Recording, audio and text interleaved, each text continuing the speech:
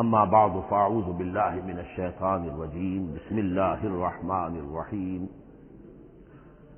حامیم والکتاب المبین انا جعلناہ قرآنا عربیا لعلکم تعقلون وقال تبارک وتعالی کما ورد فی سورۃ یوسف علیہ الصلاۃ والسلام الف لام را تلک آیات الکتاب المبین انا انزلناہ قرآنا عربیا لعلکم تعقلون وقال عز وجل كما ورد في سورة الزمر قرآنا عربيا غير ذي عوج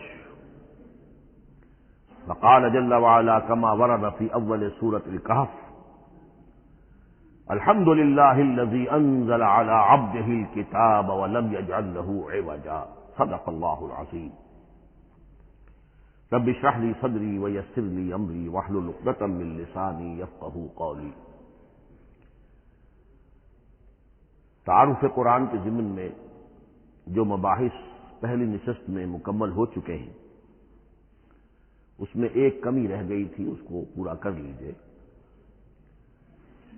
قرآن مجید کی 2 آیات کے بارے میں یہ روایت موجود ہے صحیح مسلم میں حضرت عبداللہ ابن مسعود رضی اللہ تعالی عنہ سے کہ سورہ بقرہ کی آخری 2 آیات حضور کو شب معراج میں عطا ہوئی ہیں، وہ زمین پر نازل نہیں ہوئی بلکہ حضور نے آسمان پر پہنچ کر ان کو حاصل کیا ہے۔ یہ امت کے لیے شب معراج کے تحفے کے طور پر یہ 2 آیتیں آمن الرسول بما انزل الیہ من ربہ والمؤمنون کل آمن باللہ وملائکتہ وکتبہ ورسلہ لا نفرق بین احد من رسلہ وقالوا سمعنا واطعنا غفرانک ربنا والیک المصیر۔ پھر آخری آیت جس میں طویل ترین دعا ہے۔ یہ 2 آیات جو ہیں مستثنیٰ کر لیجئے تو باقی جو ہے قرآن مجید وہ پھر پورا حجاز میں زمین پر نازل ہوا ہے محمد رسول اللہ صلی اللہ علیہ وسلم کے قلب مبارک پر۔ اب جو اگلی بحث ہے اس تعارف قرآن کے ضمن میں، قرآن کی زبان کون سی ہے؟ یہ سب جانتے ہیں عربی زبان ہے، لیکن کون سی عربی؟ عربی کوئی ایک نہیں ہے۔ جیسا کہ آپ کو معلوم ہے کہ ایک زبان ہوتی ہے تو اس کے ڈائلیکٹس ہوتے ہیں۔ پنجابی زبان کے نہ معلوم کتنے ڈائلیکٹس ہیں، بنگلہ زبان کے نہ معلوم کتنے ڈائلیکٹس ہیں، پشتوں کے کتنے ڈائلیکٹس ہیں۔ عربی زبان کے اس وقت پورے عالم عرب کے اعتبار سے تو دیکھیے تو ہر ملک کا جو ہے اپنا لہجہ ہے اور ان کے اپنے انداز ہیں۔ تو خود نزول قرآن کے وقت بھی پورے جزیرہ نمائے عرب میں کوئی ایک زبان نہیں تھی، زبان ایک تھی لیکن اس کے لہجے مختلف تھے، الفاظ مختلف تھے۔ تو یہ جان لیجئے کہ قرآن نازل ہوا ہے حجاز کے بادیہ نشینوں کی زبان میں۔ وہ اصل عربی زبان حجازی قوم سمجھتی تھی، شہری زبان نہیں، دیہاتی زبان۔ یعنی کہ شہروں میں دوسرے ملکوں کے لوگ آتے جاتے رہتے تھے، خاص طور پر مکہ مکرمہ جو ہے وہ تو چونکہ ایک بہت بڑا تجارتی مرکز تھا۔ لإلاف قریش إلافهم رحلة الشتاء والصيف فليعبدوا رب هذا البيت۔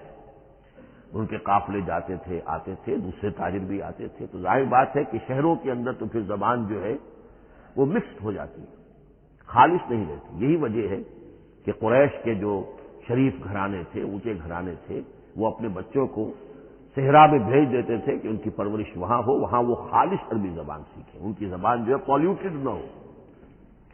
تو بادیہ نشین حجاز کے، نجد کے نہیں، حجاز کے بادیہ نشین، ان کی زبان میں قرآن نازل ہوا ہے۔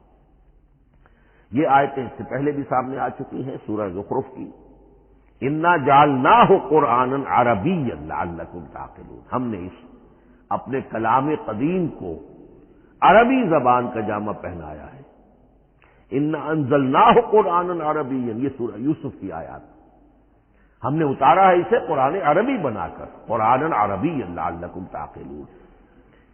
سورہ زمر میں قرآنا عربیا غیر ذی عوج، یہ عربی مبین میں ہے، صاف ستھری دھلی ہوئی عربی زبان جس میں کہیں کوئی ٹیڑھ نہیں ہے، کوئی ایک پیچ نہیں ہے۔ اور یہی پھر سورہ کہف میں جو ایک ترانہ حمد اللہ نے ہمیں سکھایا ہے کہ میرے اس انعام عظیم پر میرا شکر ادا کیا کرو، تو تین الفاظ میں الحمدللہ الذی انزل علی عبدہ الکتاب ولم یجعل لہ عوجا۔ تو یہ عربی مبین جو ہے اگرچہ اصلاً ہے بادیہ نشین حجاز کے، البتہ یہ کہ عرب کے دوسرے قبائل کے بھی ان کی زبانوں کے بعض الفاظ اس میں آئے ہیں۔ اس سے آگے بڑھ کر یہ کہ بعض معرب الفاظ بھی ہیں۔ ہندی زبان کا کوئی لفظ اس نے عربی کا جامہ پہن لیا، فارسی زبان کا کوئی لفظ اس نے عربی کا جامہ وہ بھی قرآن میں بعض ہیں، استثناءات ہیں یہ۔ جیسے سنگ گل، یہ فارسی زبان کا لفظ ہے، سنگ گل، وہ سجیل بن کر قرآن مجید میں آ گیا ہے۔ حجارۃ من سجیل، یہ جو الم تر کیف فعل ربک باصحاب الفیل سورہ فیل میں ہے، سنگ گل کا سجیل بنا۔ اس طرح کے کچھ اور الفاظ بھی ہیں، لیکن یہ سمجھیے کہ ایکسیپشنز پروو دی رول، یہ استثناءات ہیں۔ قاعدہ اپنی جگہ پر قائم رہے گا کہ یہ حجاز کے بدوؤں بادیہ نشینوں کی جو زبان تھی اس میں قرآن نازل ہوا ہے۔ اس قرآن کے بارے میں، اس کی زبان کے بارے میں جو چند پہلو سامنے رہنے چاہیے، فصاحت اور بلاغت کی معراج۔ یہ میں بعد میں قرآن کے وجوہ اعجاز پر جب بحث کروں گا کہ یہ کس کس اعتبار سے معجزہ ہے، تو وہاں زیادہ تفصیل سے یہ بات آئے گی کہ عربی زبان کی فصاحت اور بلاغت کی معراج ہے۔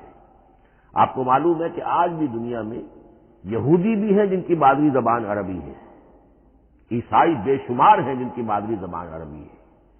ان کے ہاں بھی عربی ادب کی چوٹی کی کتاب جو پڑھائی جاتی ہے وہ قرآن ہے۔ یہ انہیں ماننا پڑتا ہے کہ عربی ادب کی جو آخری کتاب ہے، چوٹی کی کتاب ہے، وہ یہی ہے۔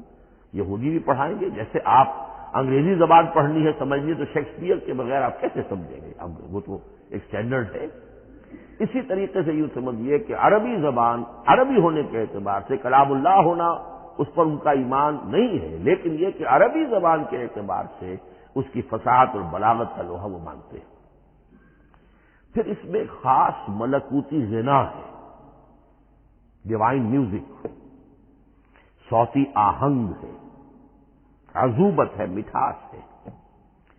لاہور میں ایک صاحب ہیں جو پروفیسر ہیں فونیٹکس کے پنجاب یونیورسٹی میں، وہ کہتے ہیں میں ثابت کر سکتا ہوں کہ جتنے بھی آج دنیا میں اصول ہیں صوتی، یہ خود اپنی جگہ بہت بڑی سائنس ہے، اس کے اعتبار سے میں ثابت کر سکتا ہوں کہ بلند ترین موسیقی قرآن مجید ہے، ملکوتی غنا۔ اسی لیے قرآن مجید کو اچھی سے اچھی آواز میں پڑھنے کی تاکید آئی ہے۔ زینوا القرآن باصواتکم، قرآن کو اپنی آوازوں سے مزین کرو۔ اسی طریقے سے من لم یتغن بالقرآن فلیس منا، جو قرآن مجید کو اچھی سے اچھے طریقے پر پڑھنے کی کوشش نہیں کرتا وہ ہم میں سے نہیں ہے۔ اسی طرح کے واقعات بھی ہوئے ہیں۔ حضرت ابو موسیٰ اشعری رضی اللہ تعالی عنہ، وہ بہت خوش الحان تھے، تو ایک روز حضور سفر رات کے وقت کہیں گشت پر تھے، جا رہے تھے ان کے مکان کے قریب سے، تو وہ اس وقت رات کی نماز میں قرآن پڑھ رہے تھے، تو حضور وہاں کافی دیر تک کھڑے ہو کر سنتے رہے۔ ظاہر بات ہے کہ اس وقت کے مکان کیا ہوتے تھے، ایک ایک حجرہ ہوتا تھا، یہ کوئی کئی کنال کی کوٹھیاں تو نہیں ہوتی تھی کہ کیا پتہ چلے ان کے اندر کیا ہو رہا ہے۔ وہ تو حضرت ابو بکر کے مکان کے پاس سے گزرتے تھے تو ان کی تلاوت سنتے تھے، حضرت عمر کے مکان کے قریب سے گزرے ان کی تلاوت سنی۔ حضرت عمر بلند آواز میں پڑھتے تھے، حضرت ابو بکر بڑی پست آواز میں پڑھتے تھے۔ حضور نے پوچھا کہ تم ایسا کیوں کرتے ہو؟ حضرت عمر نے کہا میں اس لیے کرتا ہوں، زور سے پڑھتا ہوں کہ شیطان بھاگ جائے۔ حضرت ابو بکر نے عرض کیا کہ میں اس لیے پڑھتا ہوں کہ جس کو میں سنا رہا ہوں وہ سنتا ہے، اس کو بلند آواز کی ضرورت نہیں۔ حضور نے کہا کہ ابو بکر تم ذرا اونچی کر لو آواز، اور عمر تم ذرا پست کر لو، ایوریج میں لے آؤ۔ تو بہرحال یہ معاملہ حضور کا صحابہ کے ساتھ ہوتا تھا۔ تو ابو موسیٰ اشعری رضی اللہ تعالی عنہ کی جب قرات آپ نے سنی تو اگلے روز جب ملاقات ہوئی فجر میں، تو آپ نے تحسین فرمائی الفاظ میں، یا ابا موسیٰ انک قد اوتیت مزمارا من مزامیر آل داود، اے ابو موسیٰ تمہیں تو اللہ نے آل داؤد کے سازوں میں سے ایک ساز عطا کیا ہے، یعنی حضرت داؤد کے گلے میں جو ساز تھا، خوش الحانی تھی، ان کی آواز نہایت خوبصورت تھی۔ تو اسی طریقے سے اب وہاں کوئی مزمار سے مراد وہ نہیں ہے، آلات موسیقی نہیں، گلے میں جو اللہ تعالیٰ نے رکھا ہے۔ تو انک قد اوتیت مزمارا من مزامیر آل داؤد۔ ایک آخری بات یہ نوٹ کیجئے کہ قرآن مجید کا عظیم ترین احسان ہے عربی زبان پر۔ یہ یوں سمجھیے کہ ایک ستون کی طرح اس زبان کو ٹھہرا دیا ہے، اس کو اسٹیبل کیا ہے قرآن مجید۔ آج بھی پوری دنیا میں جسے عرب کہتے ہیں فصیح زبان، لغہ فصحی، وہ ایک ہے، وہ قرآن کی ہے۔ زبانیں بدلتی رہتی ہیں۔ اردو 300 سال پہلے کی دکن میں جب شروع ہوئی، وہ آج آپ پڑھ بھی نہیں سکیں گے وہ کیا اردو تھی ولی دکنی کی۔ پھر وہ کیا اس نے روپ بدلے ہیں، اب وہ اردو کس شکل میں ہے، فارسی کن کن شکلوں میں رہی ہے، مختلف، انگریزی کتنی شکلیں بدل گئی ہیں، لیکن عربی قائم ہے۔ اس کے لیے جیسے کہ قرآن مجید میں آتا ہے کہ ہم نے پہاڑ زمین میں گاڑ دیے اس کو اسٹیبلائز کرنے کے لیے، ان تمید بکم، تمہیں لے کر زمین ایک طرف کو جھک نہ جائے۔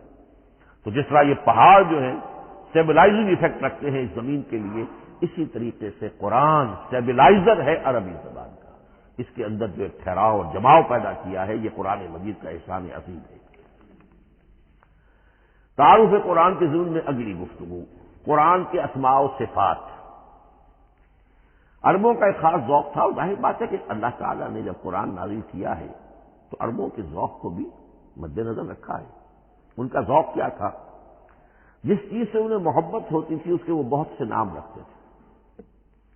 گھوڑے کے لیے ہزاروں لفظ مل جائیں گے آپ کو، شیر کے لیے 5000 الفاظ مل جائیں، تلوار کے لیے 5000 الفاظ مل جائیں، یعنی اس شے کی جو بھی صفت ہے اس صفت کے اعتبار سے ایک نام، کوئی اور صفت ہے اس صفت میں ایک اور نام، تو وہ صفاتی نام۔ اب جیسا کہ آپ کو معلوم ہے اللہ کے 99 نام صفاتی تو ہے نا، اللہ کی ایک صفت دوسری صفت، اسی کے اعتبار سے اس کے نام ہیں۔ قرآن مجید کے اسماء علامہ جلال الدین سیوطی رحمۃ اللہ علیہ نے 55 شمار کیے، لیکن وہ بھی مکمل نہیں ہے لسٹ، اس لیے کہ اس میں ایک اہم نام برہان یہ شامل نہیں ہے۔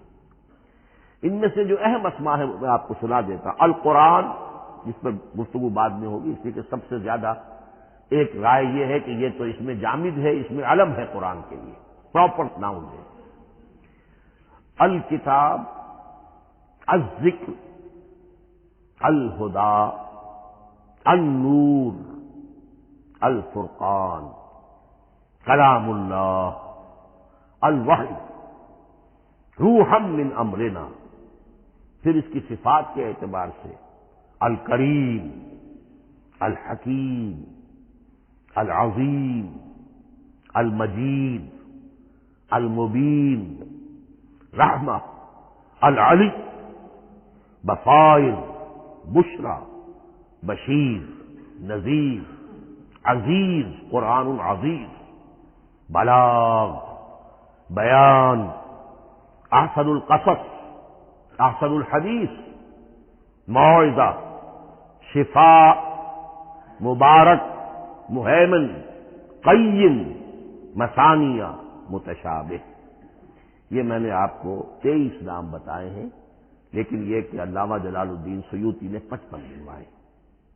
لیکن جو بحث دلچسپ ہے وہ یہ ہے کہ جو اس کے لیے لفظ القرآن ہے،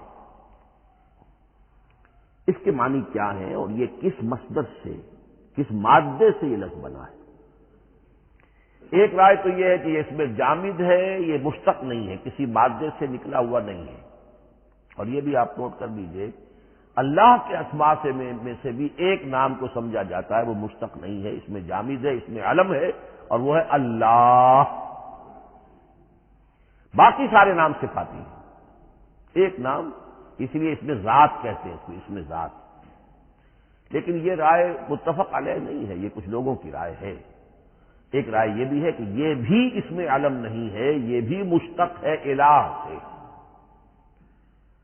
جیسے حکیم، یہ صفت ہے. الحکیم یہ اللہ کا نام ہو گیا. الہ ایک معبود، الالہ معبود برحق، الالہ وہ اللہ بن گیا. ایک رائے یہ، لیکن یہی اسی طریقے سے نوٹ کیجئے کہ قرآن مجید کے بارے میں بھی ایک رائے ہے کہ القرآن اس کا اسم علم ہے، پراپر ناؤن ہے، یہ جامد ہے، یہ مشتق نہیں ہے، کسی اور مادے سے نکلا نہیں.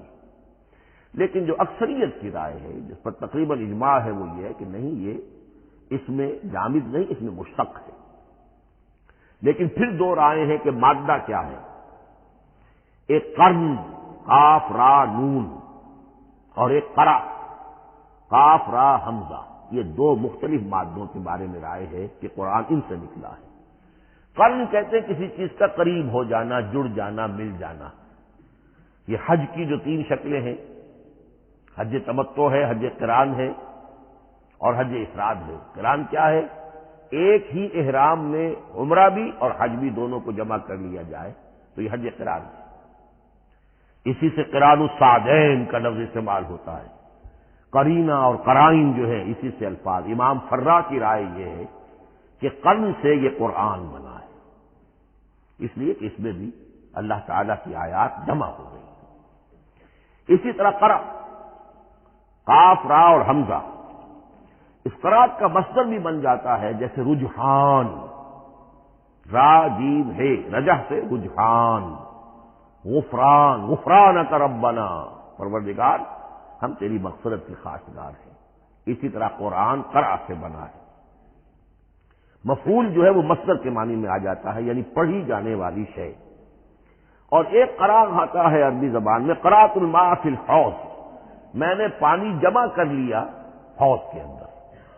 بارش ہوئی، میں نے کچھ پانی حوض میں جمع کر لیا. قرأت الماء فی الحوض. اسی سے قریہ کا لفظ بنا. قریہ بستی کو کہتے ہیں جہاں لوگ جمع ہو کر رہتے ہیں، قریہ. تو اس معنی میں یہ قرآن جو ہے یہ جمع ہے، اللہ تعالیٰ کی صفات اور اللہ کی ذات جو ہے اور اس کی آیات کا جامع ہے. یہ ہے لفظ قرآن کی بحث. اگلی بحث اور بڑی اہم ہے اور دلچسپ ہے، قرآن کا اسلوب کلام کس کیٹیگری میں فال کرتا ہے؟ قرآن کیا ہے؟ ایک شے کی تو سختی سے نفی کی اللہ نے، یہ شعر نہیں ہے. وما علمناہ الشعر وما ينبغي له، سورہ یاسین. ہم نے شعر تو انہیں سکھایا ہی نہیں، محمد رسول اللہ کو صلی اللہ علیہ وسلم، اور وہ شعر ان کے شایان شان بھی نہیں. شاعروں کے بارے میں سورہ شعراء میں چونکہ بالعموم شاعروں کے بارے میں جو بات کہی گئی ہے، والشعراء یتبعهم الغاوون الم تر انہم فی کل واد یہیمون انہم یقولون ما لا یفعلون الا الذین آمنوا. استثناء تو ہے کہ اچھے لوگ بھی ہوتے ہیں، لیکن اکثر و بیشتر شعراء کا معاملہ یہی ہے کہ پیروی کرتے ہیں وہی لوگ کہ جو حد سے گزرنے والے ہوتے ہیں، لاؤبالیانہ انداز والے لوگ، غیر سنجیدہ لوگ پیروی کرتے ہیں. خود وہ بھی زمین و آسمان کے قلابے ملاتے ہیں، کبھی ادھر کی بات کبھی ادھر کی بات. اور تیسری بات یہ کہ عام طور پر جو کہتے ہیں وہ کرتے نہیں. انہم یقولون ما لا یفعلون. تو یہ شعر کی تو نفی کی گئی ہے. قرآن مجید جیسا کہ میں نے آپ کو سنایا تھا سورہ حاقہ کی آیات، انہ لقول رسول کریم وما هو بقول شاعر، یہ شاعر کا کلام نہیں. البتہ ایک بات نوٹ کیجئے، جسے آزاد شاعری، آزاد نظم کہا جاتا ہے، وہ میرا گمان یہ ہے، میں نے چونکہ ان چیزوں کا کوئی تحقیقی مطالعہ نہیں کیا ہے، کہ شاید وہ ہے ہی قرآن سے ماخوذ. آزاد شاعری اس میں وزن نہیں ہوتا، ردم ہوتا ہے. آزاد شاعری کے اندر ایک ردم ہوتا ہے، وزن نہیں ہے. ایک مصرع اتنا ہوگا، ایک بڑا لمبا چوڑا، لیکن ردم رہے گا. یہ جو آزاد شاعری، بلینک ورس جس کو آپ کہتے ہیں، میرا گمان یہ ہے کہ شاید دنیا میں اس کا رواج قرآن کے بعد ہی ہوا ہو، اور قرآن مجید ہی کی نقالی میں یہ صنف جو ہے ادب کی وہ ایجاد کی گئی ہو. واللہ عالم، میں یہ بات دعوے سے نہیں کہہ سکتا، گمان ہے میرا. البتہ یہ کہ اب اس سے آگے چلیے، شعر نہیں ہے، نثر ہے، لیکن نثر کے اعتبار سے بھی کون سی کیٹیگری میں آئے گی؟ کیا یہ کتاب عام معنی میں جسے ہم کتاب کہتے ہیں وہ کتاب ہے؟ ایک تو وہ بات تھی نا جو اقبال کے حوالے سے میں نے آپ سے کہی، کتابیں نیز چیزیں دیگرت، اس وقت وہ بات نہیں میں کہہ رہا۔ عام کتابوں سے اس کا فرق کیا ہے؟ ایک کتاب ہوتی ہے، اس میں ہر چیپٹر میں ایک بحث مکمل ہو جاتی ہے، اگلے چیپٹر میں پھر لوٹا کر آپ پہلے چیپٹر کی کوئی بات نہیں کریں گے، پھر وہ بات آگے چلے گی، ابواب ہوں گے، ابواب میں مضمون کے مطابق مضمون آگے بڑھتا چلا جائے گا۔ کتاب کا یہ لازمی وصف ہے۔ قرآن مجید عثمانی میں کتاب نہیں ہے، اس میں قصہ آدم و ابلیس 7 جگہ آ رہا ہے، بار بار آ رہا ہے، سورہ بقرہ میں، سورہ اعراف میں، سورہ حجر میں، سورہ بنی اسرائیل میں، سورہ کہف میں، پھر سورہ طٰہٰ میں، چلتے جائیے، سورہ صاد میں حضرت موسیٰ علیہ السلام کا قصہ کتنی مرتبہ آ رہا ہے۔ تو قرآن مجید اس کتاب کی کیٹیگری، اس کی ڈیفینیشن پر پورا نہیں اترتا۔ دنیا میں جو کتاب کا معیار ہے، عام اس کا جو اسلوب ہے، اس کی جو ڈیفینیشن ہے، ایک شکل ہوتی ہے مجموعہ مقالات، وہ بھی نہیں، اس میں ہر مقالہ اپنی جگہ پر ایک مکمل شے ہوتی ہے، لیکن یہ کہ وہ دوسرے مقالات سے تو مختلف ہوگی، یہ مجموعہ مقالات بھی نہیں۔ اس کا اسلوب جو ہے وہ خطبے کا ہے، اوریشن، اور یہ کہا جا سکتا ہے it's a collection of divine oration. یہ اللہ تعالی کے خطبات کا مجموعہ ہے۔ مختلف اوقات میں خطبے نازل ہوتے تھے حضور پر صلی اللہ علیہ وسلم۔ اور یہ بھی جان لیجئے کہ عرب میں ادب کی 2 ہی صنفیں تھیں جو معروف تھیں، یا شعر یا خطبہ، یا خطیب ہوتے تھے بڑے شعلہ بیان خطیب، اور یا شاعر ہوتے تھے۔ تو یہ جب شعر کے اسلوب پر نہیں تھا تو خطابت کا اسلوب ہے جو اللہ نے اختیار فرمایا، اور ہر موقع پر، ہر مرحلے پر جو خطبہ اس وقت کے حالات کی مناسبت سے نازل ہوا وہ ایک صورت ہے۔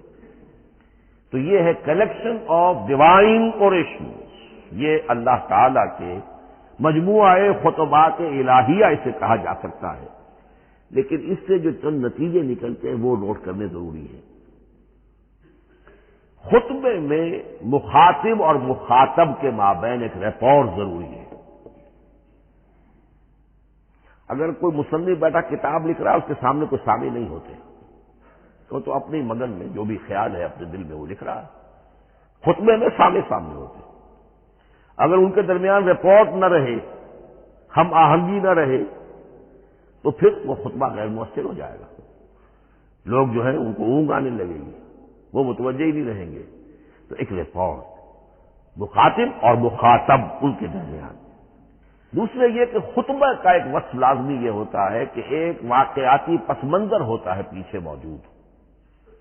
اب کوئی شخص ہے سیاسی تقریر کر رہا ہے، ایک خاص پس منظر موجود ہے، اس میں وہ ان چیزوں کی طرف حوالے دیتا چلا جائے گا، صرف وہ تفصیلات بیان نہیں کرے گا، اس لیے کہ وہ لوگوں کو معلوم ہے آج کے دور کا ایک واقعہ ہے، لوگوں کے علم میں ہے، لیکن کتاب میں آپ لکھیں گے تو پھر وہ پورا واقعہ بھی بیان کرنا پڑے گا آپ کو کہ یہ کب ہوا، کیسے ہوا، جس کا میں حوالہ دے رہا ہوں۔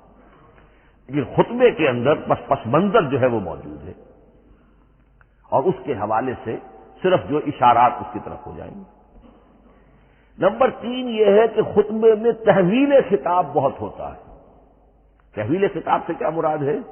ابھی خطیب آپ سے بات کر رہا ہے، آپ سے مخاطب ہے، اور کسی وقت وہ فلاں کو جو یہاں موجود بھی نہیں ہے، وہ نواز شریف صاحب کو خطاب کرنا شروع کر دے گا۔ بھائی نواز شریف تو یہاں نہیں ہے، لیکن خطاب انداز وہ تو تقریر مقرر ہے، سیاسی تقریر کر رہا ہے، نواز شریف کو چیلنج کر رہا ہے، نواز شریف یہ کر دو گے تو ہم یہ کر دیں گے، اور نواز شریف یہ تم غلط کر رہے ہو، یا بے نظیر تمہارا یہ معاملہ۔ ہاں بے نظیر تو وہاں موجود نہیں، صدر ایوب صاحب کو جو بھی گالیاں دی جاتی تھی تقریروں کے اندر، وہ خود تو وہاں موجود نہیں ہوتے تھے۔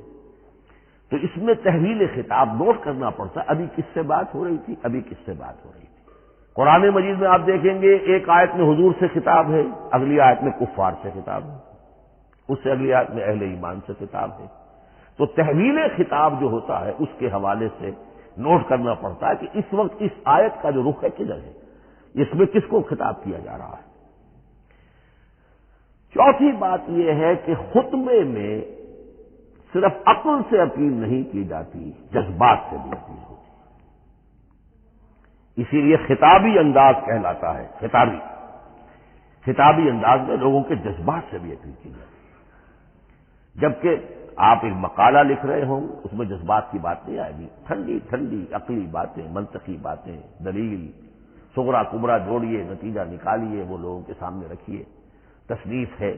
لیکن خطبے کے اندر صرف عقل نہیں، جذبات سے بھی اپیل ہوتی ہے۔ اب یہ سارے اوصاف میں جو بیان کر رہا ہوں، یہ سب قرآن مجید میں بتمام و کمال بدرجہ اتم موجود ہیں۔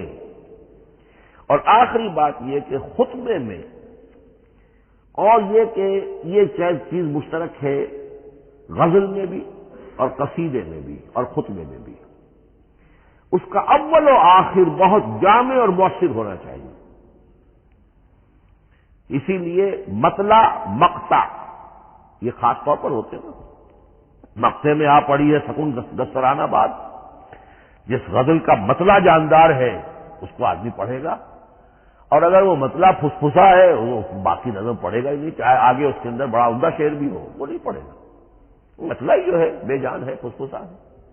پھر مقطع آخری جو شعر ہو، تو قصیدے میں بھی یہ ہے اور خطبے میں بھی یہ ہے۔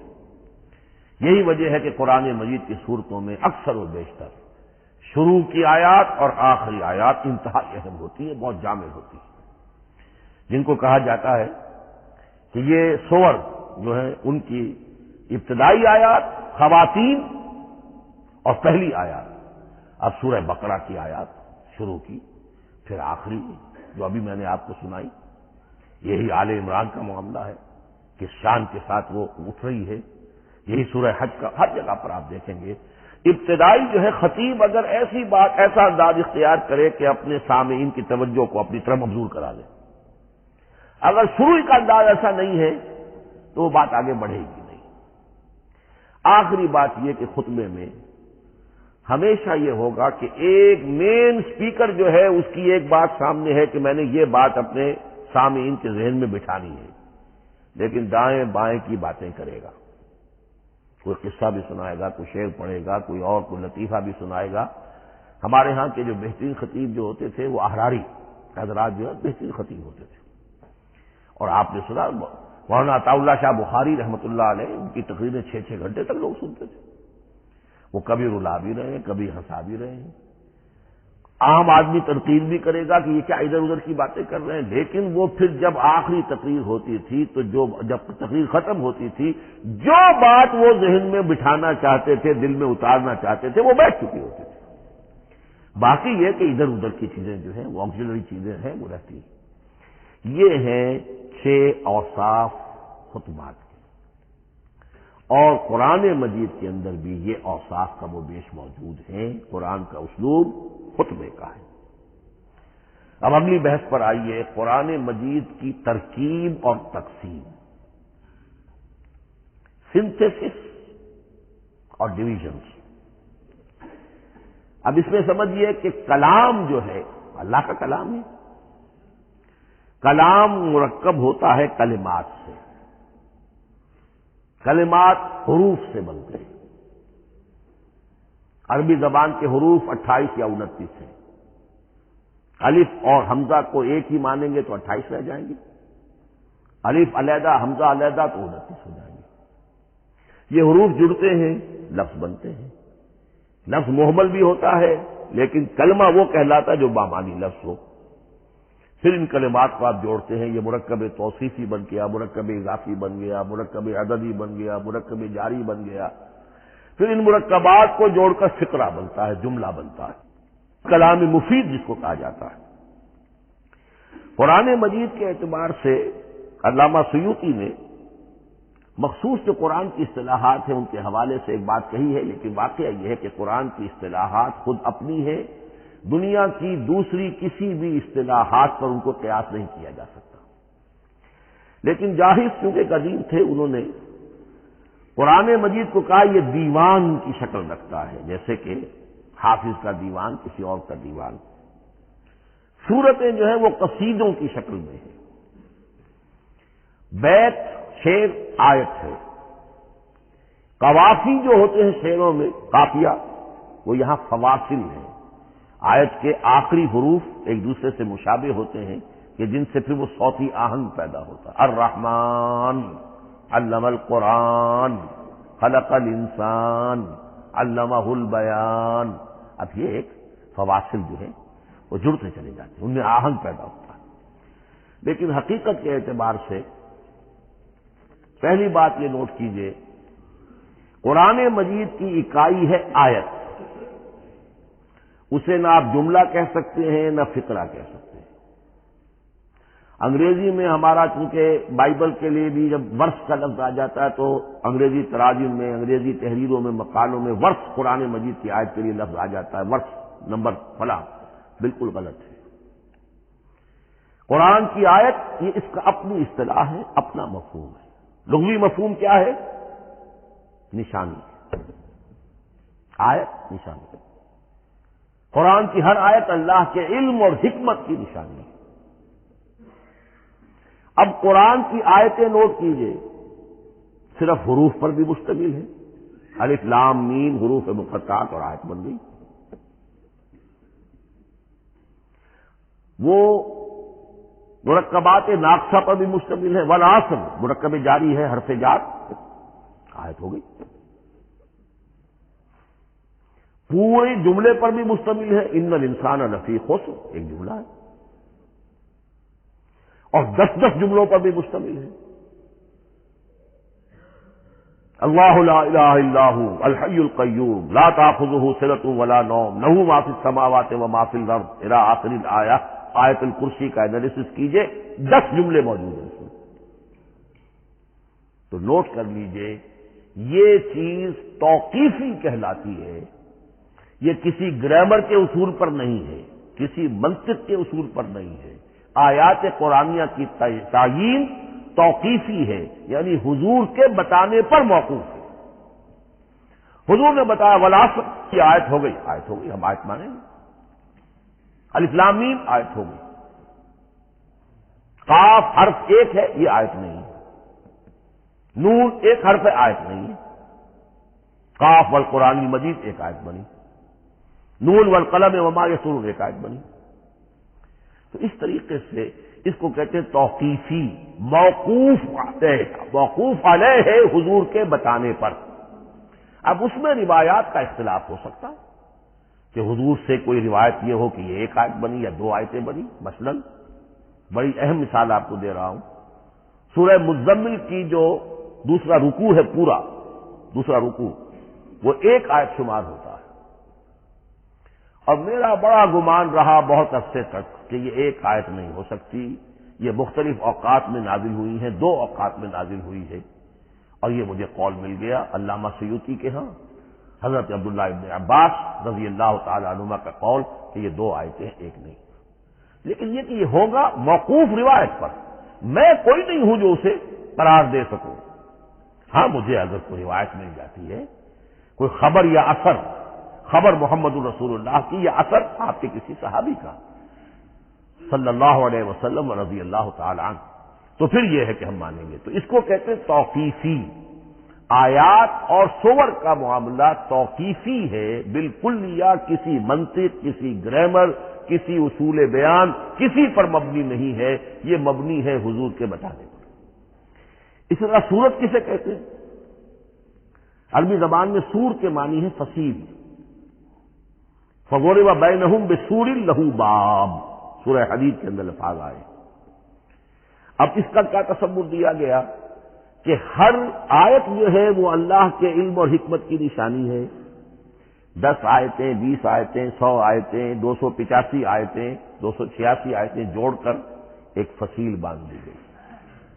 یہ شہر حکمت خداوندی ہے. ایک نظم ہوتا ہے، جیسے آپ شہر کا ٹاؤن پلاننگ آج کا تو بہت بڑا فن ہے، بڑی اسپیشلائزیشن ہے. شہر کو پلان کرنا، اس کے اندر کیا کچھ ہونا چاہیے، کس طرح سے ہونا چاہیے. تو یہ سورت جو ہے یہ ایک یونٹ ہے قرآن مجید کی، اور اس کا جو لفظی معنی ہے فصیل، گویا کہ اس نے گھیرے میں لیا ہوا ہے ایک شہر معنی کو. علم و حکمت کے ایک شہر کے گرد یہ فصیل جو ہے پوری ہوئی ہے. اب اس میں نوٹ کر لیجئے، جہاں تک اچھا کیسے آیتیں چھوٹی بھی ہیں بڑی بھی ہیں، والعصر بھی آیت ہے اور الف لام میم بھی آیت ہے، اور جیسا کہ میں نے عرض کیا آیت الکرسی بھی آیت ہے۔ اس طرح سورتیں چھوٹی بھی ہیں بڑی بھی ہیں۔ سورۃ العصر 3 آیتیں، سورۃ الکوثر 3 آیتیں، سورۃ النصر 3 آیتیں، 3 ہی سورتیں 3 آیتوں پر مشتمل ہیں، 3 سے کم پر کوئی نہیں، 2 آیات کی کوئی صورت نہیں ہے۔ لیکن آگے آپ چلتے جائیے، اس کی بڑی سے بڑی تعداد سورہ بقرہ جو ہے سب سے بڑی ہے۔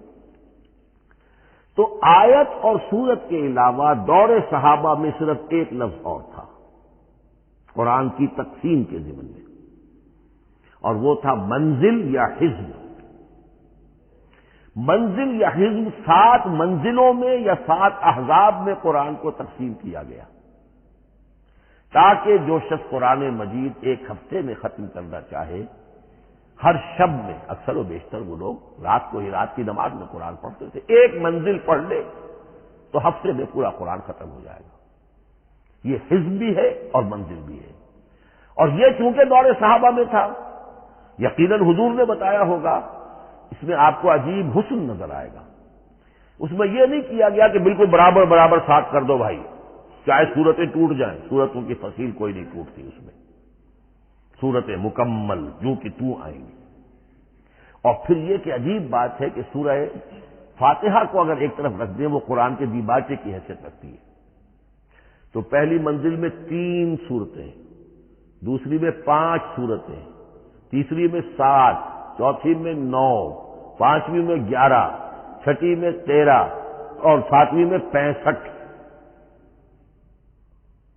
یہ ہے کہ جو ان صورتوں کی ایک بڑی جیسے کہ ایک سیڑھی چڑھ رہی ہے، اور تقریباً مساوی ہو جاتے ہیں، کوئی 4.25 پارے ہے، کوئی 4.5 پارے ہے، کوئی 4.25 پارے، اس طریقے سے ہے، تقریباً مساوی۔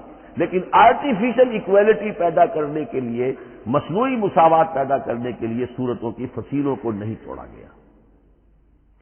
اس سے آگے چل کر جو پاروں کی تقسیم ہے وہ بہت بعد کی بات ہے، 30 پارے، اور اس میں آپ کو یہ ساری قباحتیں نظر آئیں گی۔ اس میں صورتوں کی فصیلیں توڑی گئی ہیں اور بڑے بھونڈے طریقے پر توڑی گئی۔ سورہ ہجر ایک آیت ادھر ہے، باقی ساری صورت جو ہے اگلے پارے میں فصیلیں توڑ دی گئی۔ معلوم ہوتا ہے کسی شخص کے پاس جو قرآن تھا مصحف، اس نے صفحے گنے، 7 سے 30 سے تقسیم کیا اور برابر صفحوں کے اندر وہ پارے بنا دیے۔ لیکن بہرحال دور صحابہ میں پاروں کا کوئی ذکر نہیں تھا، یہ بات کی بات ہے۔ دور صحابہ میں آیت، سورت اور حزب۔ اسی طریقے سے طویل سورتوں کو جو رکوعوں میں تقسیم کیا گیا، یہ بھی بات کی بات ہے۔ لیکن یہ جو تقسیم کیا گیا ہے سورتوں کو رکوعوں کی شکل میں، 35 سورتیں تو قرآن کی ایسی ہیں چھوٹی ہیں جو ایک ایک ہی رکوع پر مشتمل ہے۔ آخری پارے کی 37 صورتیں ہیں، پہلی 2 کی جو 2 رکوع ہے، باقی سب کی سب جو ہے وہ ایک ہی رکوع شمار ہوتا ہے۔ لیکن رکوع کیوں کیے گئے؟ لمبی صورتوں میں سے اگر کچھ حصہ پڑھنا ہے نماز میں، سورہ بقرہ پوری تو نہیں پڑھ سکتے آپ ایک رکعت کے اندر، تو اس کا وہ حصہ پڑھا جائے جس میں ایک مضمون پورا ہو جائے، مضمون نہ ٹوٹے، تاکہ وہاں پر رکوع کرے آدمی کہ جہاں پر کہ وہ مضمون ایک اعتبار سے مکمل ہو گیا۔ تو رکوع سے رکعت ہے، رکوع ہے، اس رکعت کے اندر ایک حصہ اتنا پڑھا جائے تاکہ مضمون جو ہے وہ خوبصورت رہے اور اس کا سلسلہ برقرار رہے۔ یہ تقسیم بھی اگرچہ بہت ہی ایک بدنام شخص ہے ہماری تاریخ کا، حجاج ابن یوسف، یہ اس کی ہوئی تقسیم ہے یا اس نے کرائی ہے، بہرحال اس کی طرف منسوب ہے، اور یہ بات ماننی پڑتی ہے کہ بڑے گہرے غور و فکر سے تقسیم کی گئی ہے، الل ٹپ نہیں ہے، بلکہ اس کے لیے واقعتاً غور کر کے جہاں وہ مضمون ختم ہوتا ہے، کہیں کہیں آپ اختلاف کر سکتے ہیں اور آپ کو حق حاصل ہے، اس لیے کہ یہ چیزیں توقیفی نہیں ہیں، یہ حضور کی بتائی ہوئی نہیں ہے، نہ رکوعوں کی تفصیل۔ اب سعودی عرب میں جو قرآن مجید چھپ رہے ہیں ان میں حزب ہو گئے ہیں، یعنی ہر پارے کو پارے برقرار رکھ کر 8 حزب بنا دیے انہوں نے، 4 حزب بنا دیے اور پھر نصف حزب کر کے 8 حصے کر دیے۔ تو یہ چیزیں جو ہمارے ہاں رکوع تو پاروں سے ادھر ادھر ہو جاتے ہیں، پارا بدل گیا رکوع وہی چل رہا ہے، اس لیے کہ رکوع میں مضمون کو پیش نظر رکھا گیا ہے، جبکہ پارے میں مضمون کو نہیں سامنے رکھا گیا۔ تو رکوع کا معاملہ جو ہے چاہے وہ حجاج ابن یوسف ہی نے کیا ہے، لیکن یہ کہ بہرحال وہ بہت صحیح ہے، اکثر و بیشتر کہیں کہیں آپ اس سے اختلاف کر سکتے ہیں۔ تو یہ تو اس کا ہم نے آپ کے سامنے رکھا سنتھیسس۔ اب اگلا موضوع ہے ترتیب و تدوین کیسے ہوئی۔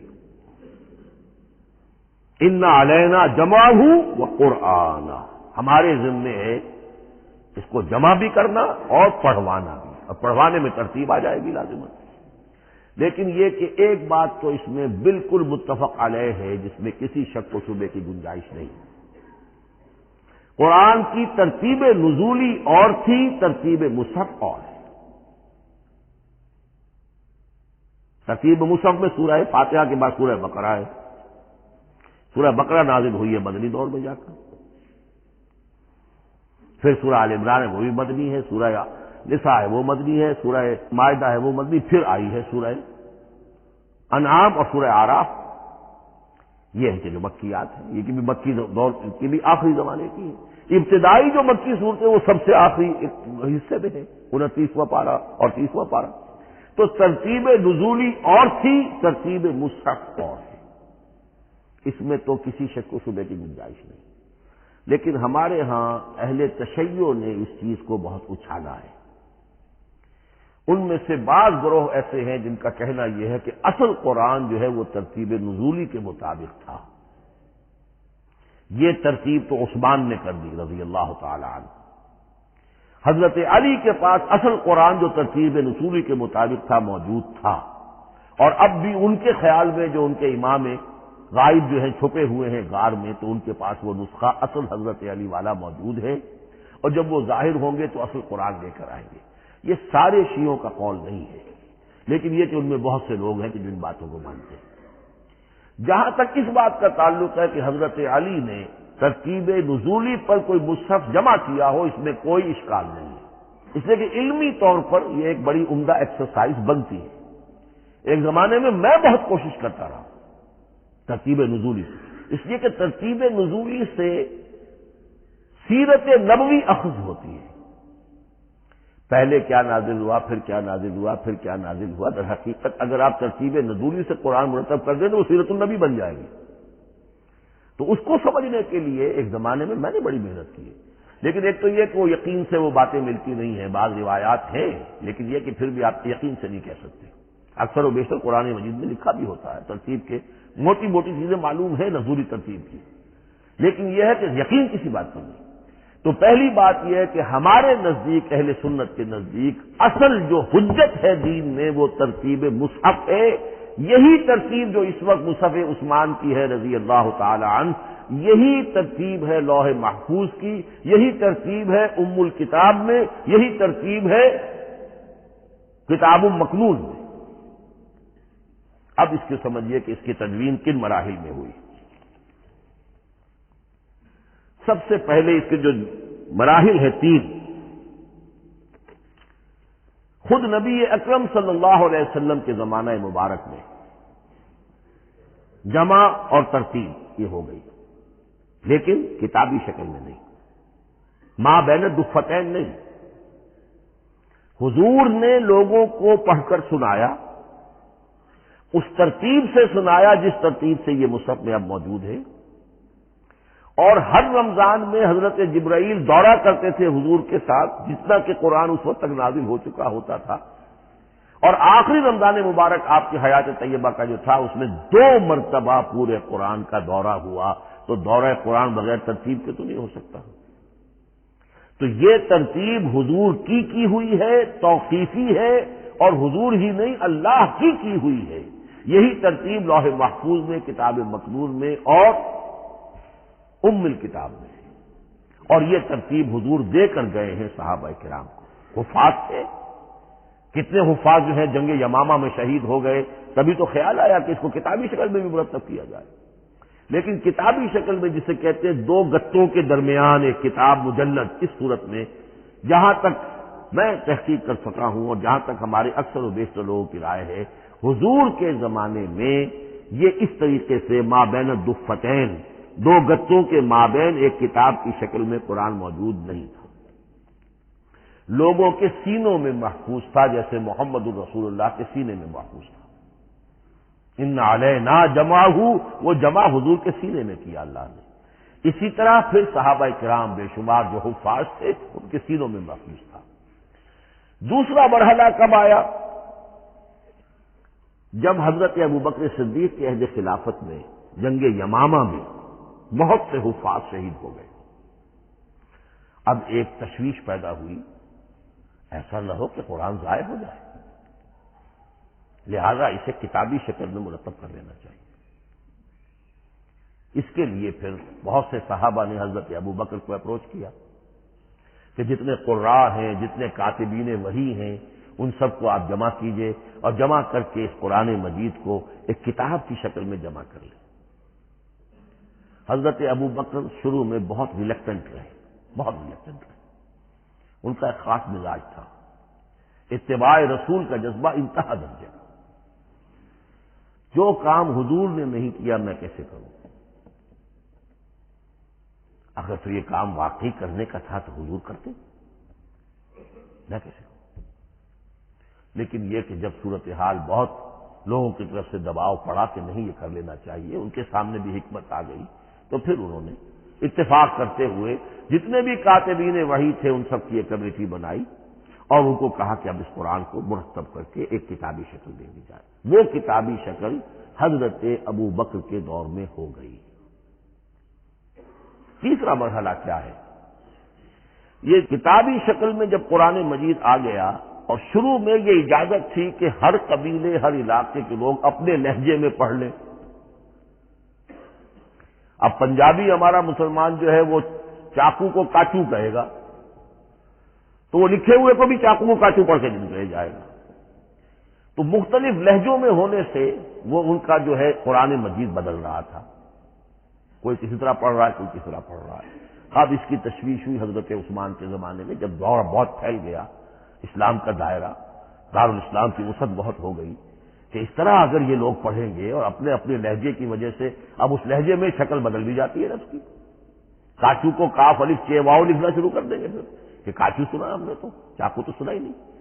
تو ایک لفظ ہے چاقو لکھ رہا ہے اور ایک کاچو لکھ رہا ہے، جو چاقو اور کاچو میں فرق ہو گیا۔ لہذا اس وقت پھر جو کام کیا گیا وہ یہ کہ ایک ہی رسم تحریر، رسم کتابت، رسم الخط میں قرآن مجید کے نسخے تیار کیے گئے۔ اصل میں ایک بہت بڑا مغالطہ ہو جاتا ہے ہمارے جمعوں کے خطبوں میں، حضرت عثمان رضی اللہ تعالی عنہ کے نام نامی کے ساتھ وہ قوافی جو ہیں ان کی مناسبت سے جامع آیات القرآن عثمان ابن عفان رضی اللہ تعالی عنہ، غالب علی کل غالب علی ابن ابی طالب رضی اللہ تعالی۔ اب یہ جو جوڑتے ہیں قافیے، تو حضرت عثمان کے نام کے ساتھ یہ قافیہ جوڑ دیا، اس سے لوگوں کو مغالطہ بھی ہوا اور دشمنوں نے ایکسپلائٹ کیا کہ اس کا مطلب یہ ہے کہ قرآن تو جمع ہوا ہے حضرت عثمان کے زمانے میں، اور حضرت عثمان کے زمانے میں اور حضور کے زمانے میں کم و بیش 15 سال کا فصل تو ہو چکا، گویا کہ قرآن مرتب ہی ہوا ہے حضور کے انتقال کے 15 برس بعد۔ پھر حضرت عثمان کی شخصیت کو خاص طور پر جو سبائی فتنہ اٹھا تھا اس نے ایک ڈسپیوٹڈ پرسنالٹی بنا کے رکھ دیا ہے، نہیں معاذ اللہ کوئی شک نہیں، لیکن یہ کہ ایک فتنہ اٹھا، فتنۃ الکبریٰ، اور حضرت عثمان رضی اللہ تعالیٰ عنہ کو انہوں نے بدنام کیا، لہذا اس کے نام سے اور بٹا لگ گیا، یہ مصحف عثمان ہے۔ یہ ہے اصل میں وہ حماقتیں کہ جو ہوئی ہیں ہم سے، یہ قافیے ملانے کی وجہ سے، حالانکہ حضرت عثمان کی شان جو ہے وہ در حقیقت جامع آیات القرآن نہیں ہے، جامع الامت علی رسم واحد، پوری امت کو ایک رسم الخط پر جمع کرنے والی شخصیت حضرت عثمان کی ہے۔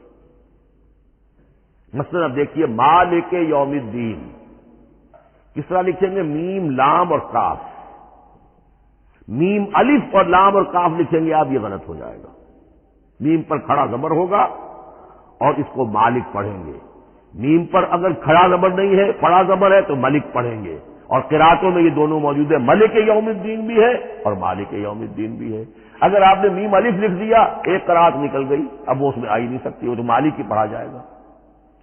یہ زیر زبر بھی جو لگے ہیں قرآن مجید میں، یہ بھی حجاج ابن یوسف کے زمانے میں لگے، اس سے پہلے نہیں تھے، اور یہ رموز و اوقاف، یہ آیتوں کے نشان اور یہ وقفہ بیچ میں، یہ بھی حجاج بن یوسف کے زمانے کی چیزیں ہیں، ورنہ عربوں کے لیے تو ان کی اپنی زبان تھی، انہیں ان چیزوں کی ضرورت ہی نہیں تھی۔ آپ کو معلوم ہے پرانے زمانے کے جو منشی ہوتے تھے، انشا پرداز، وہ جب خط لکھتے تھے تو اس میں نقطے وغیرہ نہیں لگاتے تھے۔ جس کو خط لکھا جا رہا ہے وہ توہین سمجھے گا کہ شاید مجھے جاہل سمجھا کہ نقطے بھی لگا کے بھیجا جا رہا ہے خط پر، گویا کہ میں تو سمجھ ہی نہیں سکتا بغیر نقطوں کے۔ تو یہ جو ہے پرانے جو شکستہ خطوط لکھے جاتے تھے ان کا یہ انداز تھا، لہذا کوئی نقطے وغیرہ نہیں تھے، یہ بھی بعد میں لگے۔ تو ملک یوم الدین، مالک یوم الدین، اس کی رسم آئے گا میم لام کاف، کھڑا زبر ہے مالک یوم الدین اور ویسے پڑا زبر ہے ملک یوم الدین۔ یہ رسم الخط ہے جس پر کہ حضرت عثمان رضی اللہ تعالی عنہ نے پوری امت کو جمع کر دیا اور اس کے نسخے تیار کرا کے، مختلف روایات میں آتا ہے 5 یا 7 نسخے تھے، ایک مدینہ منورہ میں رکھا اپنے پاس، اور اسی پر ان کے خون کے دھبے بھی ہیں، اور وہ نسخہ قرآن مجید کا اب استنبول کے اندر ہے، توپ کاپی کا جو عجائب خانہ ہے، عجائب گھر ہے، جس میں جہاں نوادرات کے ساتھ ساتھ حضور کے بھی کچھ تبرکات اور جمع ہیں، وہاں وہ نسخہ موجود ہے۔ اس میں انگلی جو کٹی تھی حضرت نائلہ جو ان کی اہلیہ تھی، جب وار کیا گیا ہے حضرت عثمان پر، قرآن پڑھ رہے تھے، انہوں نے روکا اپنے ہاتھ سے، ان کی انگلی کٹی اور اس کے خون کے قطرے جو ہیں وہ مصحف پر آئے۔ تو یہ وہ قرآن، پھر انہوں نے ایک مکہ مکرمہ میں، ایک دمشق میں، ایک کوفے میں، ایک یمن، ایک بحرین، ایک بصرہ، مختلف جگہوں پر وہ آفیشل ورژن قرآن کا صرف رسم الخط اسکرپٹ کے اعتبار سے۔ لیکن اب پھر نوٹ کر لیجئے، قرآن مرتب ہو چکا، مدون ہو چکا دور نبوی میں، لیکن کتابی شکل میں نہیں، سینوں میں محفوظ۔ دور خلافت ابی بکر میں وہ کتابی شکل میں لایا گیا، اور اس کے لیے پھر بحث ہوئی کہ اب اس کا نام کیا رکھا جائے۔